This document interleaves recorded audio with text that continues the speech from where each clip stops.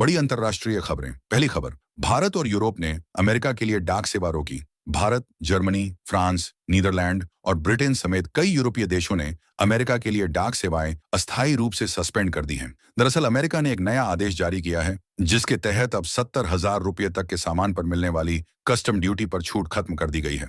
यानी अब हर पार्सल पर कस्टम ड्यूटी लगेगी। फिलहाल लेटर, डॉक्यूमेंट्स और छोटे गिफ्ट पैकेज को भेजने की अनुमति बनी रहेगी। भारतीय डाक विभाग ने कहा है कि अगर आपका पहले से बुक किया हुआ कोई सामान अमेरिका नहीं जा पाएगा तो आपको पूरा रिफंड मिलेगा। दूसरी खबर, पाकिस्तान और बांग्लादेश के बीच 6 बड़े समझौते। पाकिस्तान और बांग्लादेश ने रविवार को 6 अहम समझौतों पर हस्ताक्षर किए।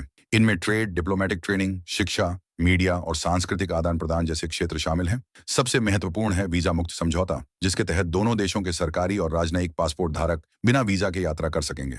ये यात्रा खास इसलिए भी रही क्योंकि 13 साल बाद कोई पाकिस्तानी विदेश मंत्री बांग्लादेश दौरे पर गया है। तीसरी खबर, इजराइल यमन संघर्ष तेज। इजराइल की वायुसेना ने यमन की राजधानी सन्ना पर हवाई हमले किए। इन हमलों में 4 लोगों की मौत हुई और 67 लोग घायल हो गए। कारण यह था कि यमन के हूती विद्रोहियों ने इजराइल पर पहली बार क्लस्टर बम से लैस बैलिस्टिक मिसाइल दागी। इसके जवाब में इजराइल ने यमन के राष्ट्रपति भवन, ईंधन डिपो और 2 पावर स्टेशन को निशाना बनाया। इजराइल डिफेंस फोर्स का दावा है कि ये पावर स्टेशन हूती लड़ाकों की सैन्य गतिविधियों के लिए इस्तेमाल हो रहे थे। चौथी खबर, भारत ने पाकिस्तान को बाढ़ का अलर्ट दिया। पाकिस्तान की मीडिया रिपोर्ट्स का दावा है कि भारत ने सिंधु जल संधि के तहत इस्लामाबाद को संभावित बाढ़ का अलर्ट भेजा है। यह जानकारी जम्मू की तवी नदी में आई बाढ़ को लेकर दी गई। याद दिला दें कि अप्रैल में पहलगाम आतंकी हमले के बाद भारत ने सिंधु जल संधि को अस्थायी तौर पर स्थगित कर दिया था। पांचवीं खबर, रूस यूक्रेन जंग को लेकर बड़ा बयान। रूस के विदेश मंत्री सर्गेई लावरोव ने एनबीसी को दिए इंटरव्यू में कहा कि राष्ट्रपति पुतिन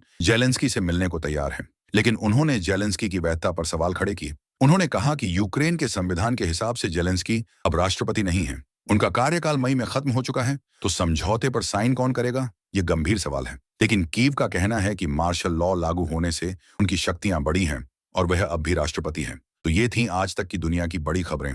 हमसे जुड़े रहने के लिए चैनल को सब्सक्राइब करें। धन्यवाद।